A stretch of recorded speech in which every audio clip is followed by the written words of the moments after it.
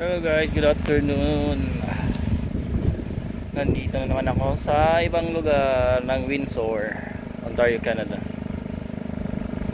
Galing ako ng Ohio, sa Bellevue, Ohio.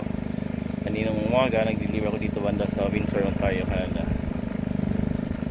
Dito ako sa may Windsor South Optimist Diamond Park.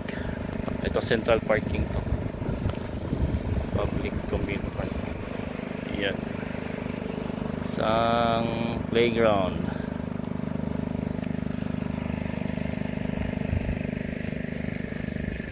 Ayan, ang init dito ngayon, mabot na ang plus 32, feels like minus 40. Buti na lang mahangin.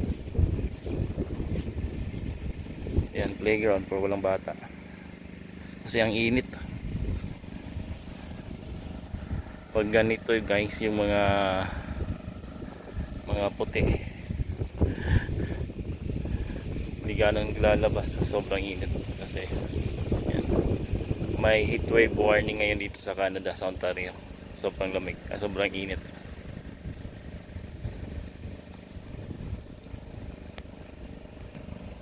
Mahangin siya ngayon pero mainit yung hangin, para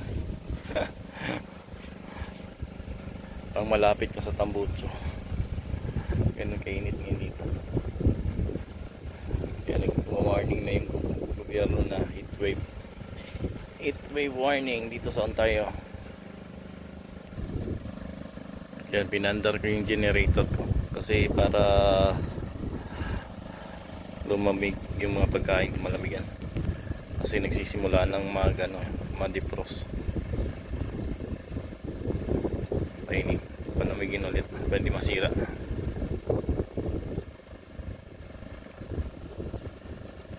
Nandito ako sa lilim ng puno, medyo lumamig. Yun lang. Sana mabigyan ako ng load para hindi sayang paghihintay ko dito kasi mainit. Maganda yung nasa biyahe ka habang mainit yung panahon para nag-air ko yung sasakyan. Tulog sa gabi, malamig sa gabi pero sa araw sobrang init. Kaya yun lang.